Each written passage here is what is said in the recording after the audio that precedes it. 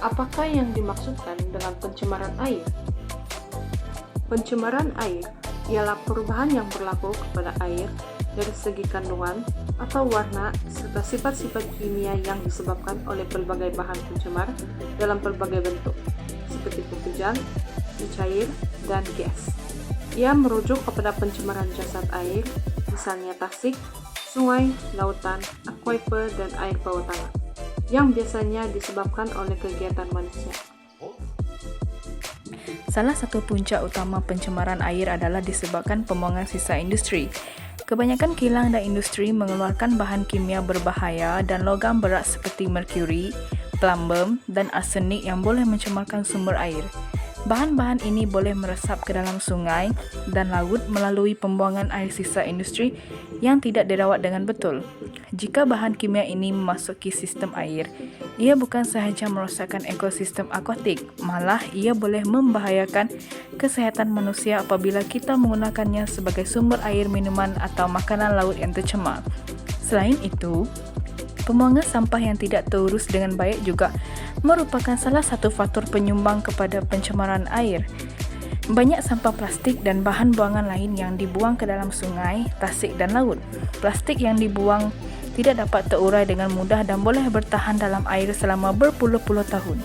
Sampah ini bukan sahaja mencemarkan pemandangan alam sekitar, tetapi juga membahayakan kehidupan akuatik yang terperangkap atau memakan sampah plastik yang akhirnya mengakibatkan kematian atau gangguan kepada rantaian makanan akuatik. Pembuangan sampah sembarangan ini memperburukkan lagi masalah pencemaran air yang semakin serius. Antara kesan pencemaran air ialah kesehatan manusia, di mana pencemaran air boleh menyebabkan penyakit seperti kolera, dysentery, hepatitis A, dan tifoid yang disebabkan oleh bakteria, virus, atau parasit yang terkandung dalam air yang tercemar. Selain itu, kehidupan laut dan ekosistem turut terkesan akibat pencemaran air. Eutrofikasi turut berlaku di mana pencemaran nutrien, terutamanya nitrogen dan fosforus, boleh menyebabkan eutrofikasi di mana pertumbuhan alga yang berlebihan mengurangkan kadar oksigen di dalam air, sehingga mengancam spesies akuatik yang memerlukan oksigen untuk bertahan hidup.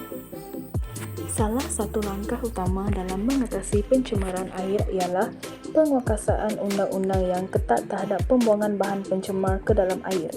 Kerajaan perlu menguatkuasakan peraturan yang melarang sebarang aktiviti perindustrian dan domestik yang menyebabkan pencemaran air. Ini termasuk pengawalan pelepasan sisa industri, sisa pekerja dan bahan kimia berbahaya.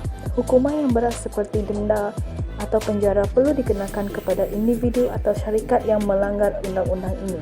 Contohnya, penguatkuasaan undang-undang alam sekitar seperti Akta Kualiti Alam Sekitar 1974 dapat memastikan pencemaran air dapat dikurangkan.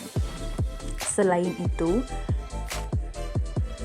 meningkatkan kesedaran masyarakat mengenai kepentingan kebersihan air dan kesan negatif pencemaran air kepada kesihatan manusia dan alam sekitar juga merupakan langkah yang penting bagi mengatasi masalah pencemaran air.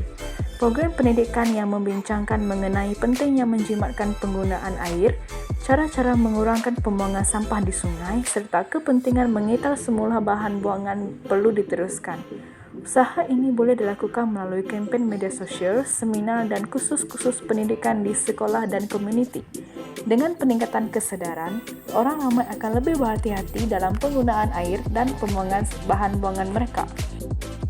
Kesimpulannya, menghindari pencemaran air bukan saja menjadi kewajiban moral untuk menjaga keseimbangan alam, tetapi juga untuk menjamin kelangsungan hidup manusia dan makhluk hidup lain.